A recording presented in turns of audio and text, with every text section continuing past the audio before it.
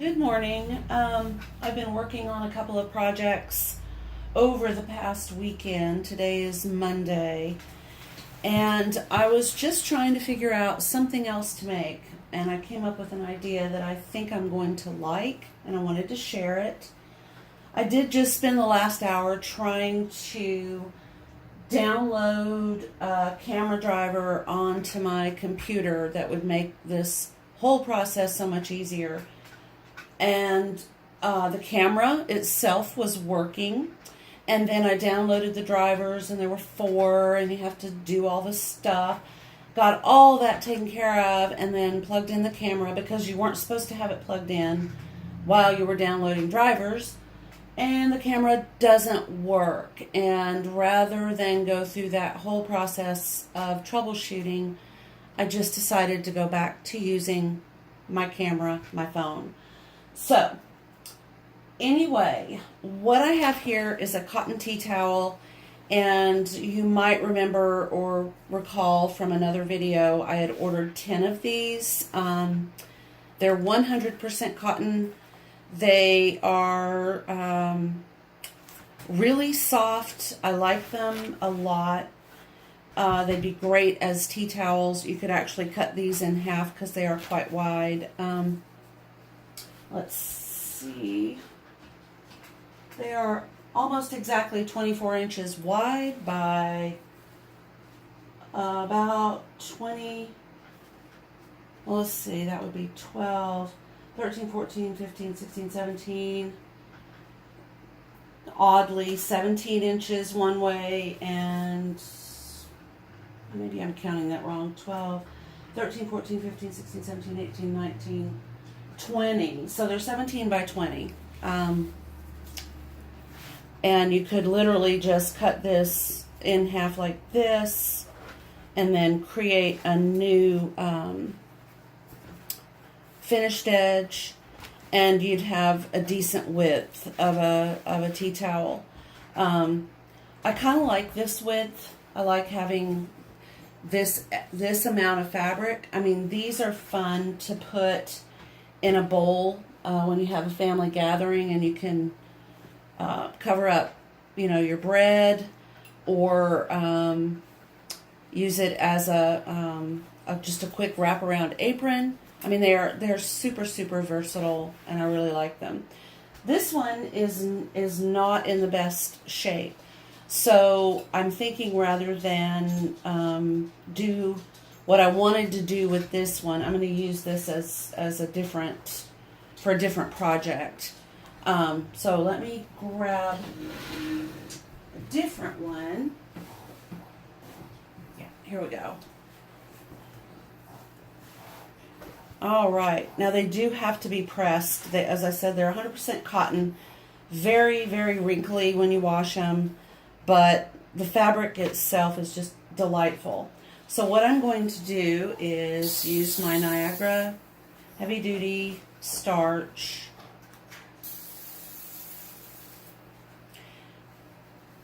And I don't know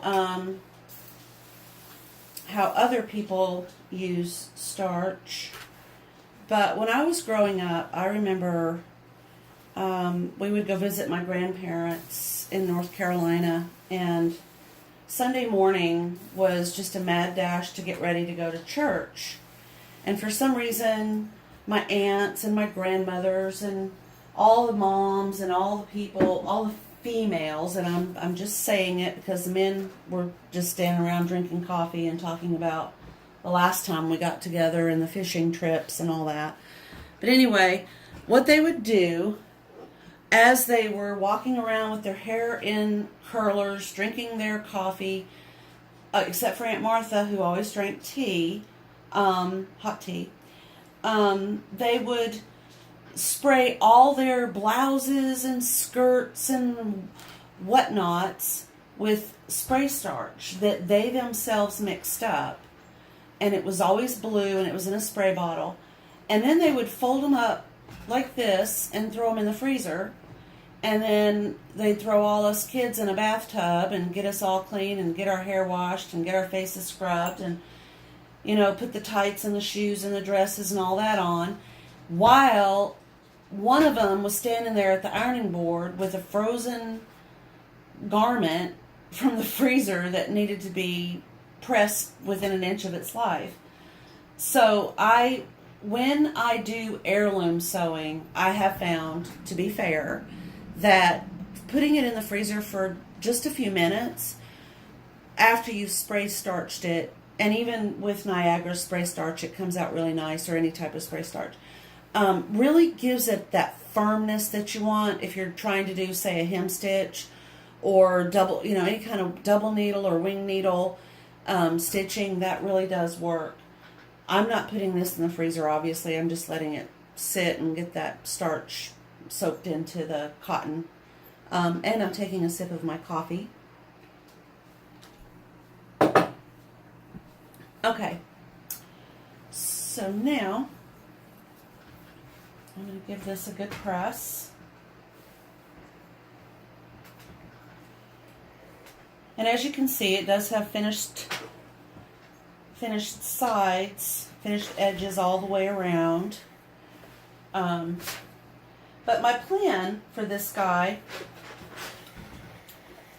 I have a couple of jelly roll fabric pieces that were culled out from 2 jelly rolls that I was using for something else. And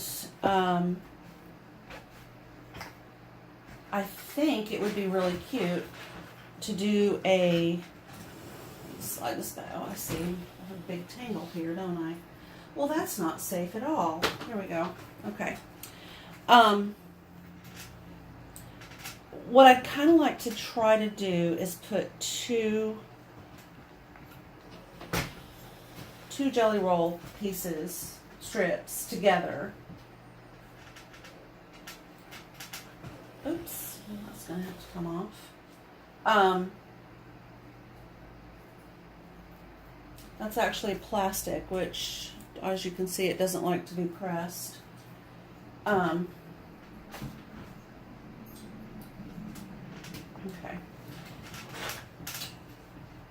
With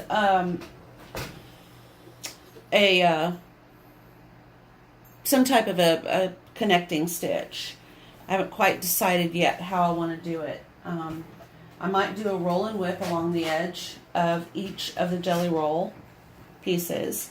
If you're unfamiliar with that term, pretend like this is a piece of fabric and this is the edge right here.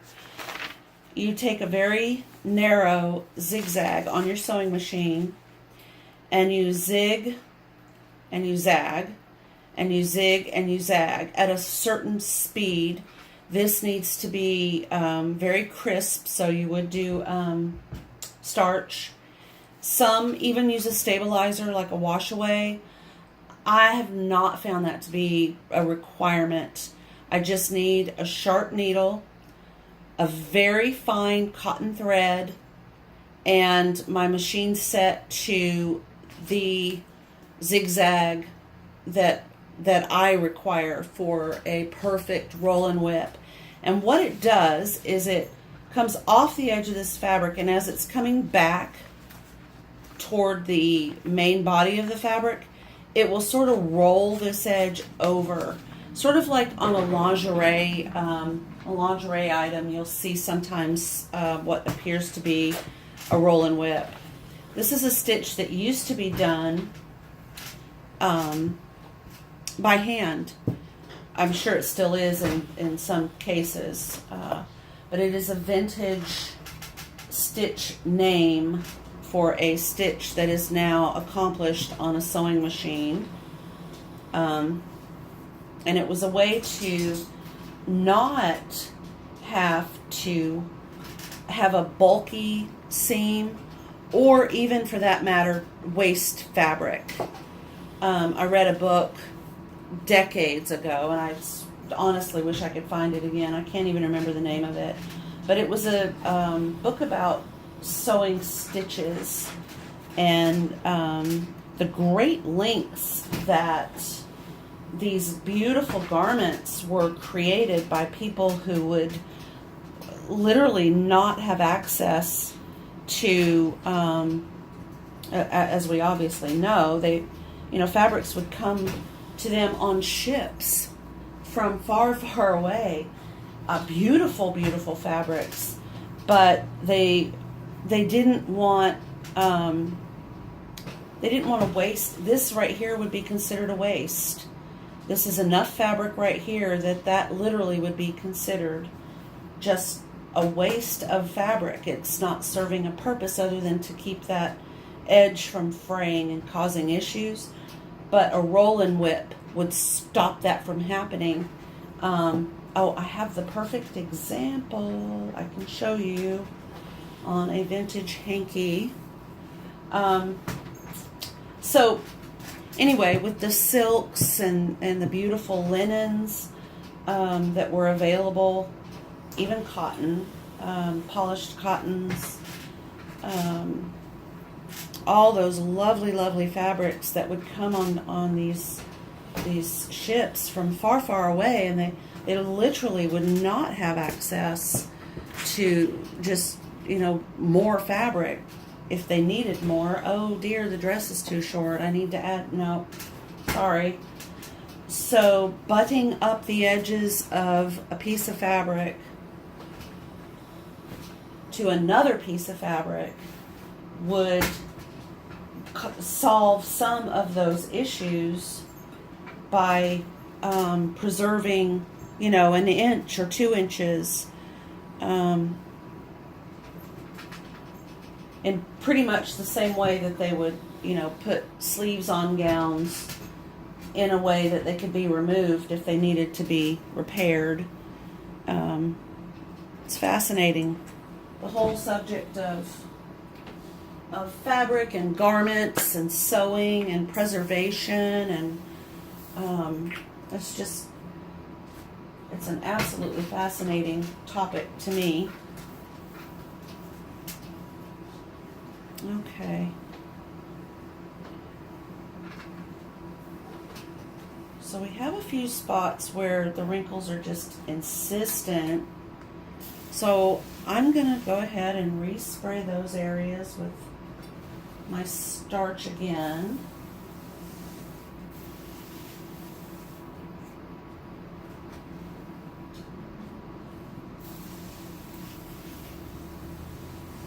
See if I can't get that to relax a little bit.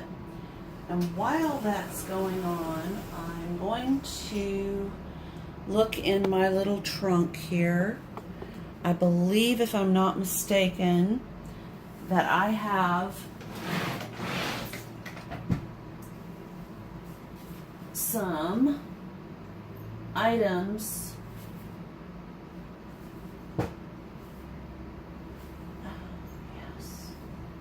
that have had that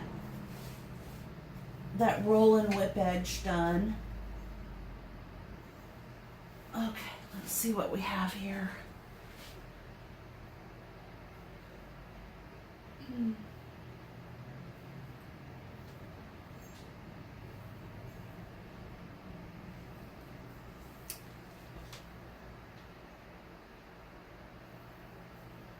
Okay, so this is an interesting example, and I hope it shows up on the camera. Let me see if I can pull this closer. Oops. And I'm probably going to need more light, so let me move you a little bit here.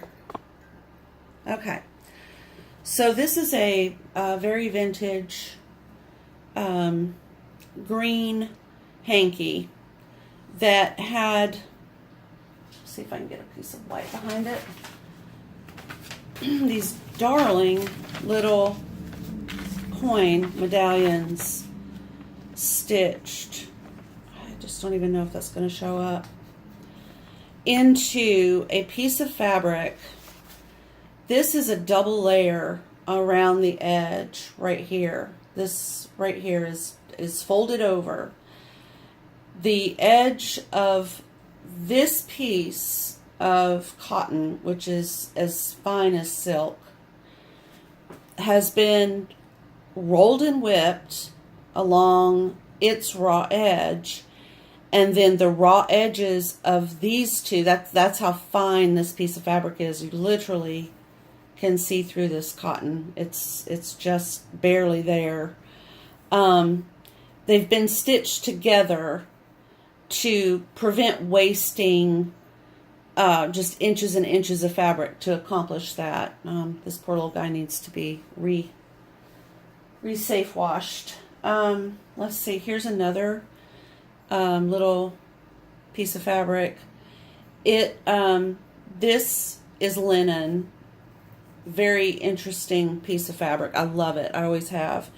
The edge of this main body of fabric has been rolled and whipped, and then this little edge again was folded over. This little binding was folded over and attached to the rolled and whipped edge of the main body of the fabric. And then of course the person who stitched this did a wing needle design and some embroidery that I didn't mean to get. You have to be fixed. So anyway, there's just hundreds and hundreds of ways to preserve fabric. And I'm thinking with my my jelly roll strips, I may try to do a roll and whip, because I would not want all that bulk next to each other. If I did a folded edge, it just would be too bulky and not attractive at all, and just wouldn't work in this application. So what I'm going to do is I'm going to get out my Bernina stitch notebook. Every time I taught a class to a student who had a new sewing machine of any type, it didn't matter to me if it was top of the line or bottom of the line. The student would create a stitch notebook so that they could refer to it if they needed to do a roll and whip. They would say, oh my gosh, what was the setting? What type of thread? What do I do? All they had to do was refer to their stitch notebook. It's very easy to do. It's very easy to help a student create those stitch books. And they last forever. So if you put your sewing machine away for 20 years and you want to remember how to do some type of stitch, like a hem stitch or something, you have your notes, you have your example, you have your settings. So I highly recommend creating one for yourself, and anyone that you stitch with, I would recommend it.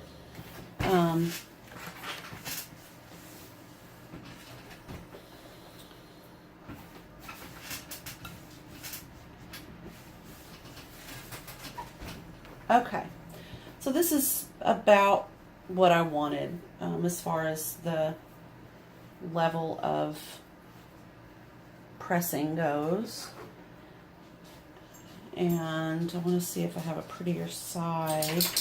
They do have some flaws. Like, I don't know if they were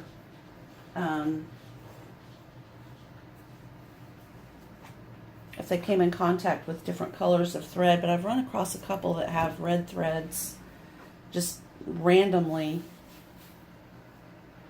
like right here and right there, just very random, and it was in all of them. I suppose they could have just come in contact with some type of red thread or fuzz blowing through the air. I just don't know. Okay. Yeah. So I think I've changed my mind. I think I am going to split it.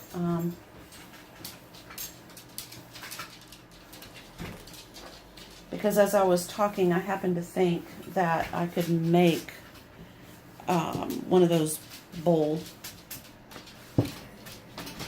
towels where you put your rolls in there, farmhouse style, with other fabrics. I wouldn't have to use my tea towels. I have a visitor, my little puppy, Bam Bam. He wandered in to say hello there for just a moment and then wandered back out. He doesn't like to get too far from me. Do you, Bama? Say, no ma'am. I like my mommy. Okay, so I've decided I'm going to use this side right here. I am not going to split it on the fold line. I'm going to give myself a seam allowance. So I will probably end up taking that. I don't have enough room in here to cut, so I'll take it to the other room, give myself a decent seam allowance, maybe a 1/2 inch, and do quarter. And when I come back, I will show you my stitch notebook and the 2 jelly roll pieces that I think I'm going to use. Probably establish where I'll put those in just a moment. Thank you. Okay, so I've cut this where I can fold over, make a little hem to keep it the same. I mean, I could have just done a roll and whip, but that would look kind of odd since I've got hem, and then roll and whip. It would just look weird. So I'm going to keep that the same after I do that. And this is my Heirloom Stitch Guidebook for the Bernina 1080. I used this so many times. This poor thing is ancient. So, let's see. We have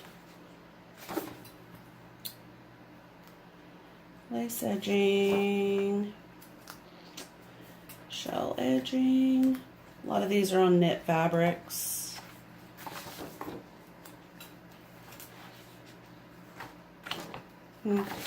I may have lent my roll and whip to another student because I don't see it on here. Oh, which kind of negates the whole point. That is a lingerie. So this is pretty close right here. A lingerie seam. It's the stitch is a zigzag. You're going to use the zigzag presser foot, which is number 0, which is on my sewing machine. A width of 0.5 to 1.5 millimeter and a length of 1.5 millimeter. And the needle would go in the center, and that gives it enough room to kind of zig and zag. This is an over sewing edge. This one might be a little bit better for a roll and whip. But as you can see, it did not, on my sample, it did not actually do that roll and whip. This is a piece of lingerie fabric. Double needle, attaching a piece of ribbon, a shell edge. This is the elastic. Where is my roll and whip? I wonder if it's in a different notebook.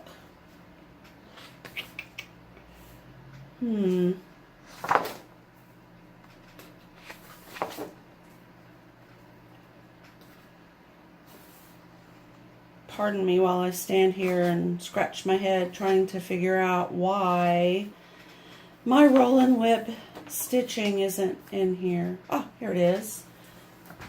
Okay, so on my machine, it's buttonhole foot number 3. It's a zigzag stitch with a 2 millimeter to 2.5 millimeter width and a length of 1 millimeter or less. And you put the needle, you start out in the left-hand position. So you put your needle all the way over in the left-hand position. You switch out your foot for the buttonhole foot number 3. And then you do that zigzag at 2 millimeter to 2.5 millimeter. And that width and length is really going to depend on the hand of your fabric. I don't know what happened to my sample, but in any case, I can show you what my machine looks like and how that stitch works when I get to the jelly roll pieces that I want to try this technique on. Something I've not done before, but I'm kind of kicking around ideas in my head, and I just sort of thought maybe it would be fun to try that in this particular case. So let me get my machine set up, and then we'll move on. I do need to create the the hem along this piece right here, and we will go moving on from there. Alrighty.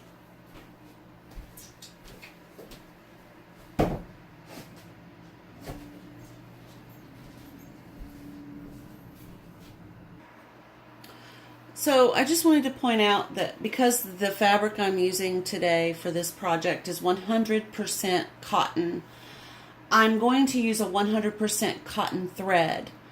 It is, for me, the most one of the most important design elements in the creation of a project. Whether it is a project that I feel like will be used for many generations, such as an heirloom, or a project that you might use just one season, such as a Christmas gift.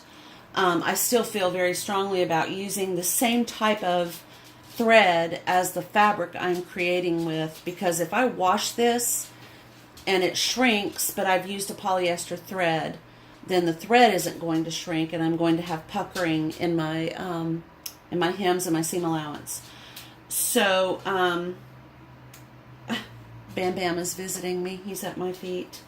He's extremely curious. He's 8 months old, and he wants to lay right on top of my sewing machine pedal thing. So this should be interesting. Okay, so I'm winding up my bobbin, and again, I have this weird little quirk. My thread rolls out counterclockwise, and that doesn't matter if I'm winding up my bobbin because I can flip my bobbin over. But I always have my thread come off the spool counterclockwise.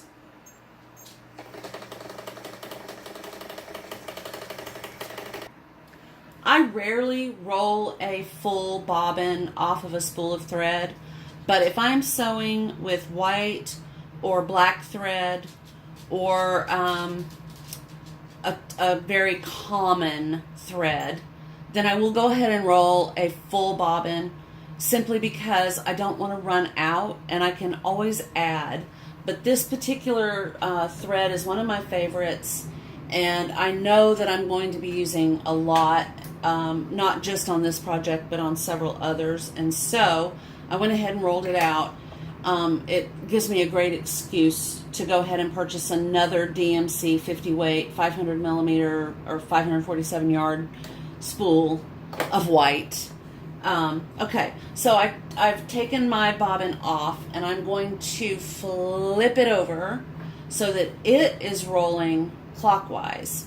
So my thread is coming off counterclockwise, and as my thread on my bobbin rolls off of the hook, and up into the thread as I'm sewing, then obviously one will be going one way and the other will be going the other way for a really good locked stitch. And that's literally just a Laurie quirk.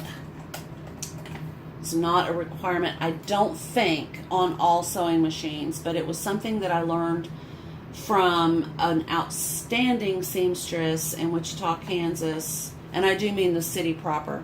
I lived on the outskirts of Wichita, but her shop was actually in Wichita, and she had been sewing for a very long time. Most of her stitching was done on knit fabric, but she was just incredible, and she taught all of us eager students that was the best way to get the most out of your stitch. Okay, so now I am going to stitch this down. Hi, Bam Bam. Creating a hem for kind of a narrow tea towel. And when I come back, that will be done. And then we're going to discuss how I'm going to do this roll and whip process with my jelly roll strips. Okay, so I decided to go with the pastel, less jewel toned jelly roll. Now, I'm making this for my oldest daughter, and she typically does go for the jewel tone type fabrics. However, this is right up her alley with the Parisian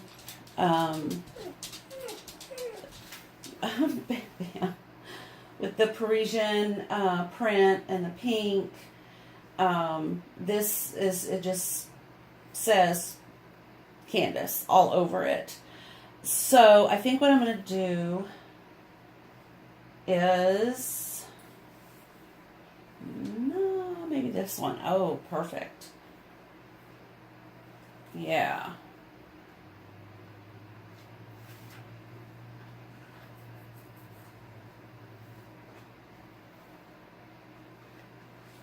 Oh, absolutely. Okay.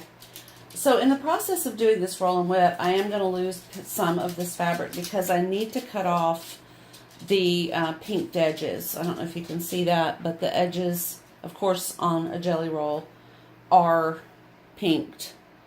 And that would not be pretty with a roll and whip stitch. So I'm going to trim those down.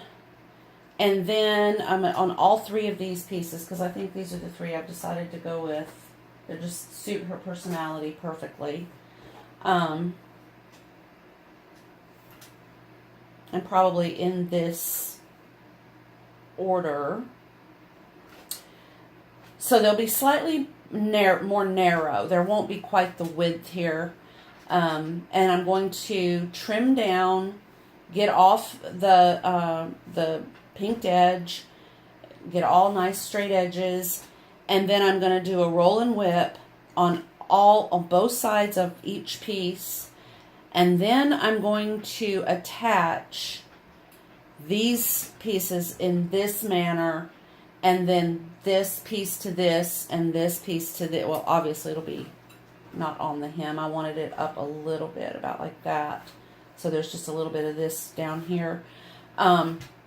So it will be a process, and I really wanted to get to this today. Unfortunately, I have a puppy who is just screaming for my attention, and I can't ignore that. So I'm going to have to pack this in for now, and I will come back hopefully tomorrow, or maybe in the next 20 minutes, and try to get this at least started so you can see this process of putting these three pieces of fabric together using your sewing machine.